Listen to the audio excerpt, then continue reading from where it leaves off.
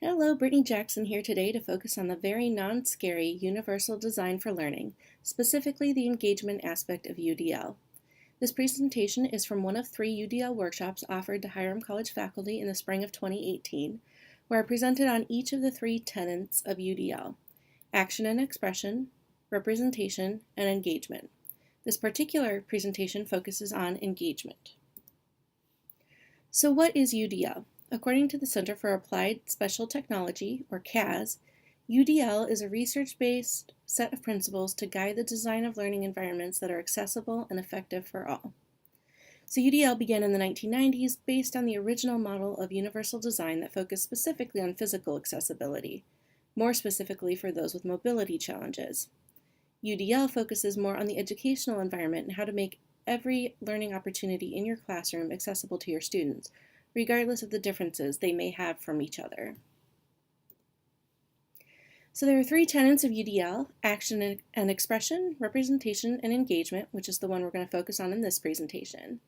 And the image here depicts hands holding, and it reminded me of the fact that we are in this together, both the student and the instructor. You can't have one without the other, and so we need to work together to learn knowledge. I don't know about you, but quite frequently I learn quite a bit from my students, and so it's not just a one-way street from me to them. So one of the tenets of engagement is recruiting interest. If you walk away with nothing else, walk away realizing that if information is presented that students don't engage with, it's inaccessible. I think we frequently only think about accessibility from the lens of disability, but if the student is not engaged with the lesson, they're not going to try and access the information, and therefore it's inaccessible. So one way to work on this is to learn about your students. The more you learn about their interests, the more likely you are to engage them. If you provide them with autonomy, they're going to engage and listen more closely because they feel heard. So this next one seems a little scary to some faculty and definitely freaks out the students, but let the students design the activities and tasks. They're more likely to retain the information if they have a voice in how they learn the information. And ask your students to set their own personal goals. Again, this is all about engaging them in the process. And then vary activities and where you are pulling your sources from, because students each come with their own personal history, and one thing might turn a student off from learning, but another might really engage them. If they have options and a variety of ways to access the material, they will likely engage and find a good fit for themselves. Creating activities that are authentic is important because if it feels forced in the classroom, your students are going to pick up on that immediately. Students should be provided the opportunities for participation, exploration, and experimentation in the activities for the class. If they have to just constantly sit there and hear a lecture, they're going to disengage very quickly. So the image here depicts a thumb lightly touching the top of a man's head, and I like to think of this as sort of taking the knowledge pulse. Is your class engaged? How can you tell? So it's important to allow time for students to reflect and respond to the course content. If you're just jumping all over the board, students are going to disengage really quickly. And then make the activity real-world applicable. Think outside the box. Be creative. Have your students also think through creative solutions to the real-world problems. It means they feel like they're going to be able to make a difference. So all students should feel accepted and supported in your classroom. An easy way to do this is to start the first class by going around with introductions and ask for preferred pronouns. This will give students a chance to be acknowledged for who they are, not just for who we think they are. And then always think about the social demands of the lesson and provide opportunities for self-reflection. For introverts, it can be very tiring to constantly be having discussions when they are just trying to absorb the information. If you build in time for reflection, you'll meet the students' and other students' needs. So this is one we don't always consider: sensory stimulation. So what is sensory stimulation? So it's anything that interferes with your sense of taste, smell, touch, sight, and hearing, right? So think about what it is that's happening in your classroom. Could the light or projector be emitting sounds that you aren't likely to hear, but someone with more sensitive hearing might be hugely distracted by? And if so, break up the lesson in a way that allows students to move away from that sound if possible. And if you're having students do something completely new or foreign to them, don't put all the new things in one lesson or you're going to overwhelm them. Charts and schedules and class routines can also help alleviate this issue. Another tenet of engagement is sustaining effort and persistence. So here you want to remind students of what they're working towards. If you don't mention a final project for several weeks, students may forget why they're doing the work you're asking them to do. I think of this sort of like the image here that shows an airport flight screen, and it tells you when the departures and arrivals are coming in and at what times. Any change should be talked through with the students. Have students look at the goals of the class and put them in their own language. Then you can see if they understand what they're working towards. And there should be a variety of ways goals could be displayed. The importance is to not just have one medium that does this, but several ways of discussing the goals. And then, of course, break down larger goals into short-term goals. If you're using tools in your class, be sure you demonstrate how to use them. Don't assume your students are tech savvy in every aspect because they may not know how to use every software available.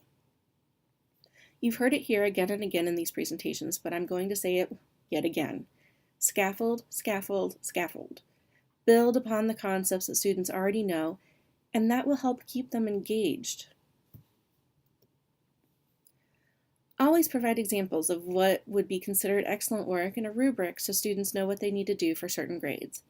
Also talk about the topics relevant to their interests. And remember that every student is different.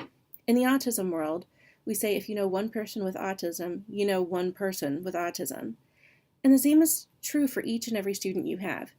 Each person has their own likes and dislikes.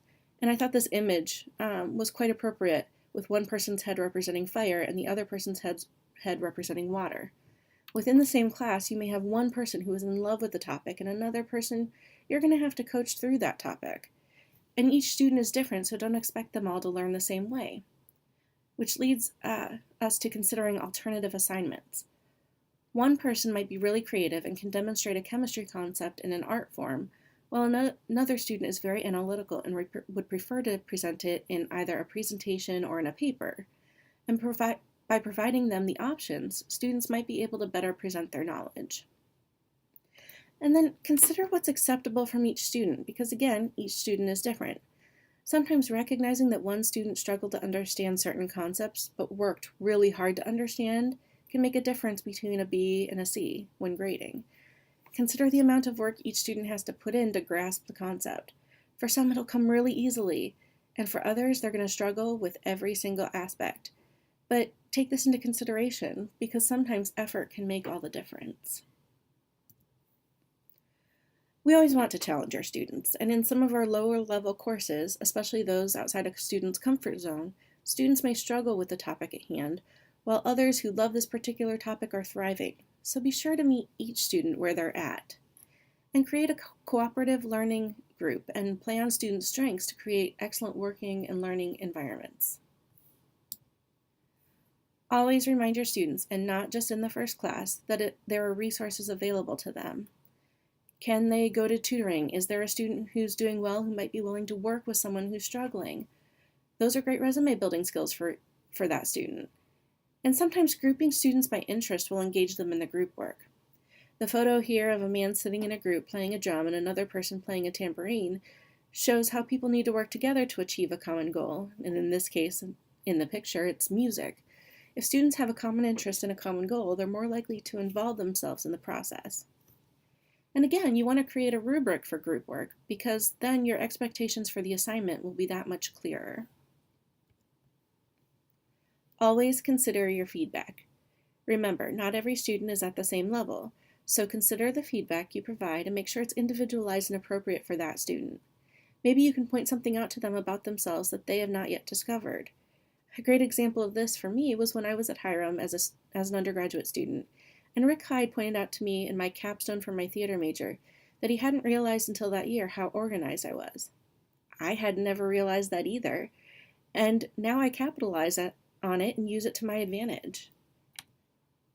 Feedback should provide each student with a way to grow or improve and should be happening regularly.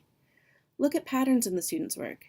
Is there something they miss regularly? Maybe this is something to talk with them about to find out why, and then how you guys might work together to overcome that issue.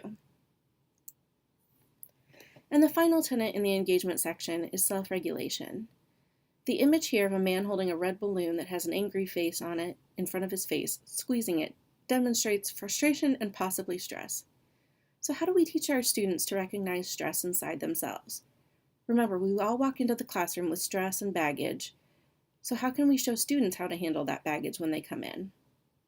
Maybe free writing at the start of each class or a 1 to 2 minute breathing or yoga exercise might help students, and guess what, you too, focus on what you're about to do for that day.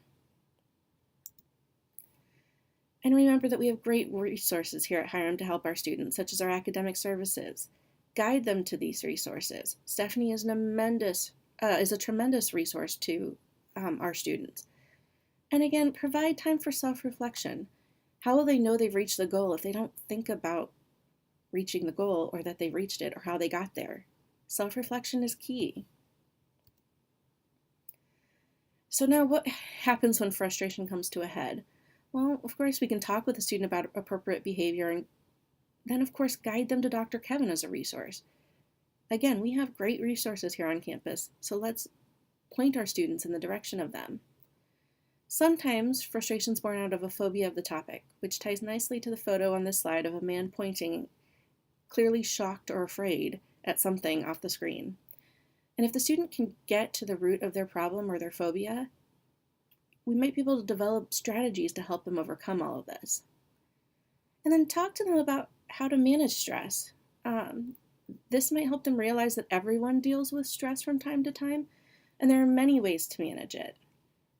Use your own personal experiences because every single one of us deals with stress day in and day out in some way, shape, or form. If your students recognize and realize that you're human too, you're going to connect with them even further. And then sometimes it's as simple as showing them how they can monitor their own behavior. Sometimes we don't always realize when we are doing something unacceptable, either because we don't or can't recognize the signs in ourselves due to a disorder, or it could be something like a cultural difference. If you talk through it with the student, they might now understand and maybe even define why they behave the way they did, and you guys can work on that. And then, of course, feedback, feedback, feedback, scaffold, scaffold, scaffold. Those are crucial in every aspect of your classroom. And as always, here's an image of many useful apps for the Universal Design for Learning that focus specifically on the means of engagement. So this document with clickable links to the apps will also be available within the UDL module in the Feather Fellows Moodle workshop. And if you have questions about UDL, you can always reach out to me at jacksonb1@hiram.edu or extension 5380. Or you can contact Litsa Veronis. She can also assist you at veronisem@hiram.edu or extension 6114. And I hope this has helped you, and please check out other presentations about UDL to assist you. And remember, if you're confused or having trouble accessing it, your students will too.